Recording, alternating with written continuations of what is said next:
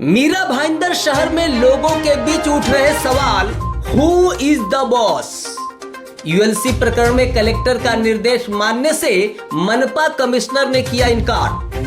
ULC के राजस्व का नुकसान कर रहे कमिश्नर काटकर पर कब तक अंकुश लगा पाएंगे कलेक्टर। बिना यूएलसी एनओसी के ओसी दिए जाने के प्रकरण को लेकर दो आईएएस अधिकारियों के बीच ठनाठनी।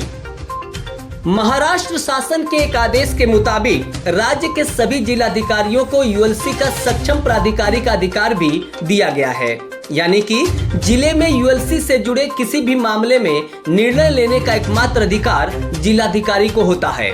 और यही वजह है कि यूएलसी का सुपरविजन जिलाधिकारी कार्यालय द्वारा रखा जाता है।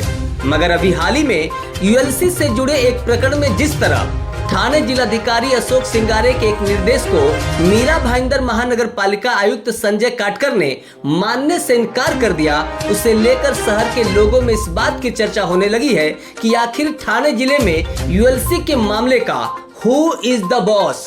आइए जानते हैं शहर के सामाजिक कार्यकर्ता व आरटीआई के जानकार विनोद जोशी का इस मामले में क्या कहना है।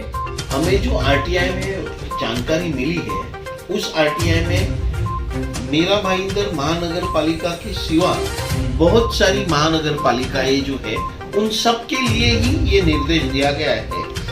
सदर बाबत या कार्यालयाचे ना हरकत प्रमाणपत्राशिवाय बांधकाम नकाशा मंजुरी व भोगवटा दाखला देण्यात येऊ नये। तसेच अशा प्रकारची यापूर्वी बांधकाम परवानगी दिली असल्यास संबंधितांनी 13% अधिमूल्य रक्कम या कार्यालयास जमा केल्याची खात्री व या कार्यालयात ना हरकत प्रमाणपत्र घेतल्यानंतरच भोगवटा प्रमाणपत्र देण्याबाबत कारवाई करावी।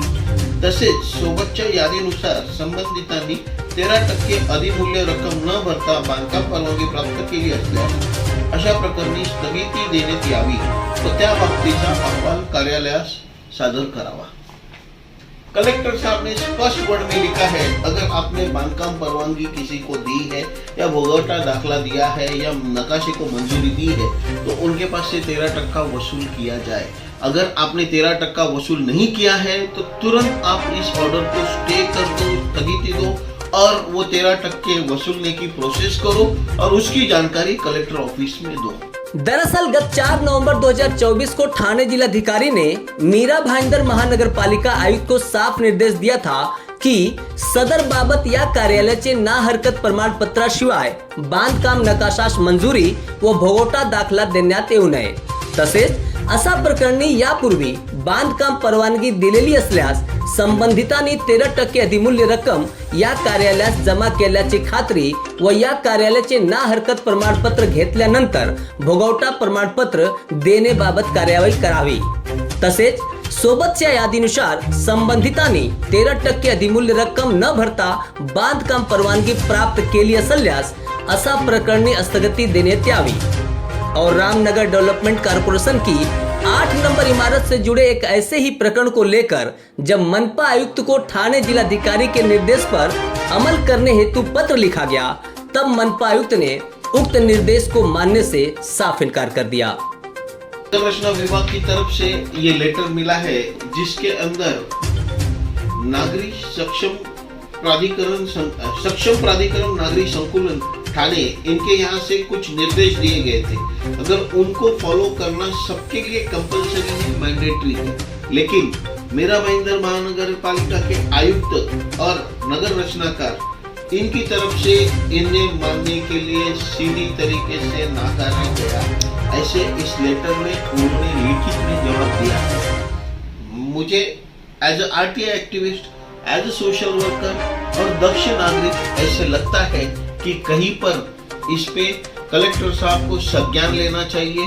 कलेक्टर साहब जो है वो पूरे जिले के हेड ऑफ द फैमिली या फिर हेड ऑफ द डिस्ट्रिक्ट होते हैं, ना कि म्युनिसिपल कॉर्पोरेशन के कमिश्नर। इसका जो डिफरेंस है वो कमिश्नर को समझ में आना चाहिए, नगर रचनाकार को समझ में आना चाहिए कि वो जिनके निर्देश की अवमानना कर रहे हैं उसके अगेंस्ट में उनके ऊपर शिस्त भंग की कार्रवाई हो सकती है। मैं इस मामले को उठाऊंगा और जो महाराष्ट्र शासन का 13% का महसूल है जो कहीं पे आड़मुटेपना करके महानगर पालिका अपनी मनमानी करके रोकने की कोशिश कर रही है, उसके खिलाफ मैं आवाज उठाऊंगा। खैर, जिलाधिकारी के निर्देश का पालन नहीं करने वाले मनपायुक्त के खिलाफ शिस्त भंग की कार्रवाई होगी अथवा नहीं, इस बारे में तो फिलहाल हम कुछ नहीं बता सकते।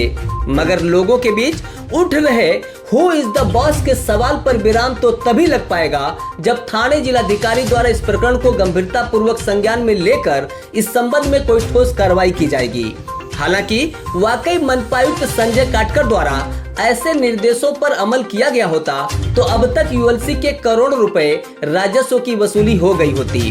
वैसे तो यह एकमात्र प्रकरण है जो लोगों के सामने आ पाया है, मगर ऐसे न जाने अन्य कितने मामले होंगे जिनसे संबंधित निर्देशों का उल्लंघन कर कथित भ्रष्टाचार को अंजाम दिया गया होगा। मिड मॉर्निंग मीडिया समूह की हर खबर अपने दम पर।